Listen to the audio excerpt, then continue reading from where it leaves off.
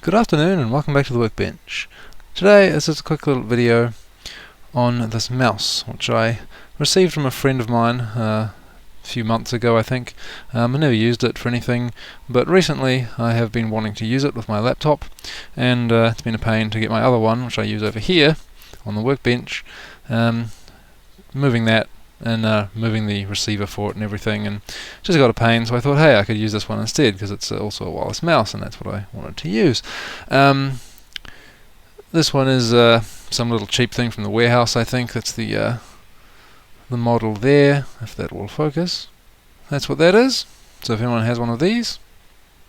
Anyway, I wanted to clean it because when you gave it to me, it obviously had leftover, well, you know, old bits of skin and food residue and things like that stuck in it, and especially on the sides here where it's got this sort of textured grip on the side. It's got all these little dimples in it that of course are great at catching old bits of skin and things like that, and the textured buttons on the top as well, and of course in the cracks around the side and all that kind of thing, and in the scroll wheel. So I took it apart to clean it and took all the electronics out and just left with the plastic bits, and I put them in warm detergent water and used a toothbrush to scrub all the little holes and get all the gunk out, which is quite nice. And anyway, the thing is much nicer, and I'm actually happy to use it now.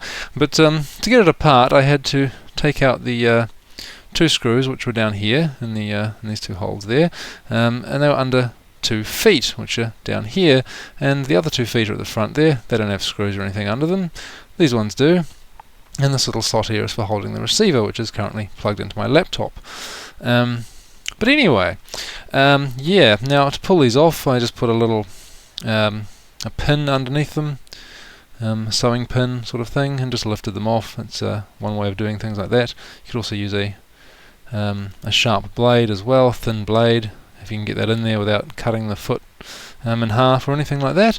But yes, there they are there, and they were stuck on with some kind of glue, and unfortunately the glue just all tore and ripped off, and now I can't stick the things back on. So I bought some of this double-sided tape here, and I thought about it, and I thought, hey, this is probably a great way to do it. I thought, never actually ever had any of this in my life, to be honest. I don't think double-sided tape of any kind. And I bought this one here from Kmart. I actually ordered it because I had to buy some new slippers for myself and other things, and I chucked in a bunch of other random cheap things just to get free shipping. Why pay $5 for shipping when you can pay an extra $6 and get extra stuff and get free shipping? So I got this tape, and I got a couple of like folder file things for papers and that, and an extension cord because I always seem to need those. But yeah, so I got this. I don't know, it's just some cheap Kmart brand double-sided tape. The reviews on it said it was really sticky, which sounded good to me, so I thought that's a good idea.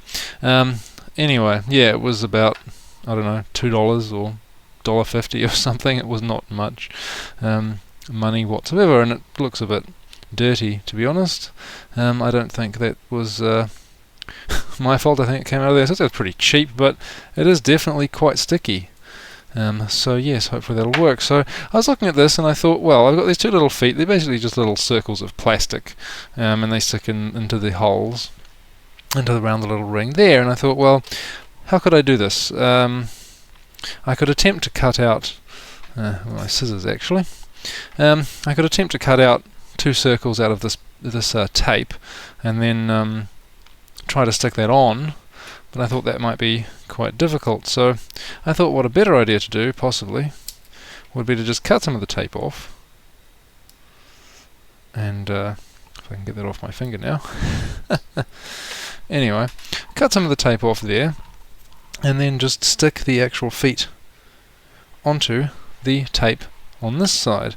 So if I just grab those, stick them on like this. So now I have the feet stuck to the tape, and on this side of course we have the paper still on there, and on this side we have the sticky side, but hey. And now let me just attempt to take this off, and should be able to cut around these and end up with the tape actually being the right size. The trick is to not actually cut the foot itself, but hopefully this will work. Is this on camera? I don't know. Just apply light pressure, I suppose. I mean, the thickness of the foot does mean that the scissors won't go on it directly unless you try too hard and you accidentally get the thing there, but there we go. It's got tape on one side, nothing on the other. In fact, somehow I've actually kind of undercut that a little bit, but that's okay. Now, I suppose the trick is trying to get the backing off, to which the solution may be more tape. So if I take this other bit that I already cut off, and the same way I peel off the backing for the UV sensitive film that I make circuit boards with, I may be able to just sit this on top of here, push this down there, and hopefully,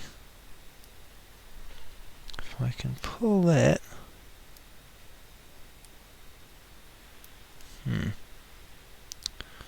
it's not working.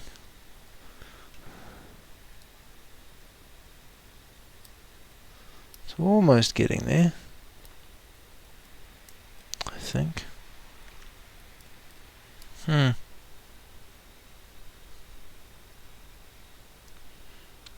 I'll do it with my finger. Seems to work a bit better. So there we go. There we have it. A little plastic foot with some sticky tape applied. And I should be able to stick that straight back on the mouse there. Just get that there. Haha! That works pretty well. In fact, that's probably pretty much how they made it in the factory.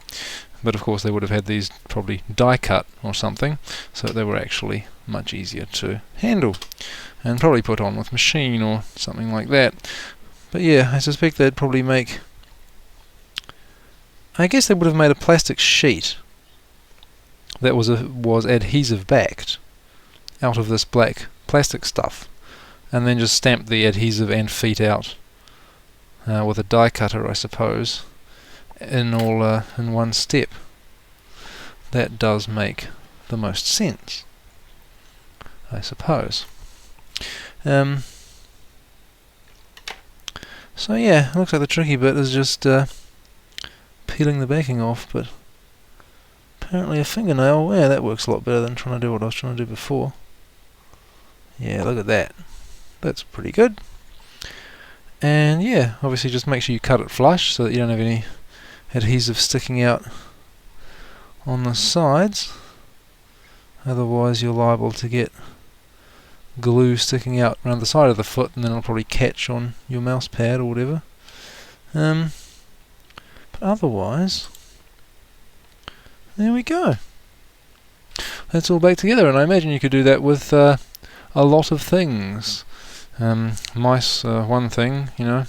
I mean, mice always get dirty after a few years or whatever, a few months, and it's often nice to take them apart and clean all the gunk out of the cracks and everything.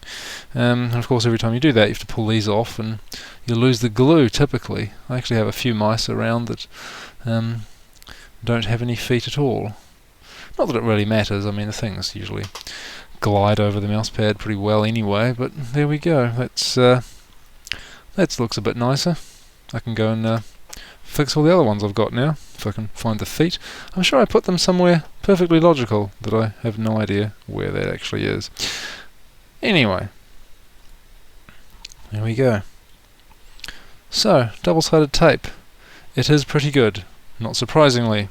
And somehow, for some strange reason, I've never used it before. This is literally my first time using it. Well, maybe I used it at school or something, but actually having any at home has never been the case.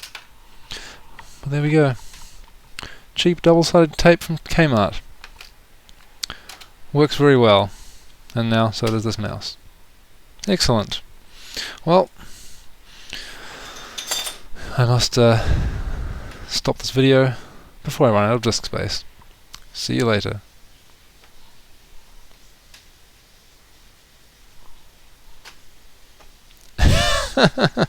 And if I used the correct mouse, I would actually be able to hit the stop recording button.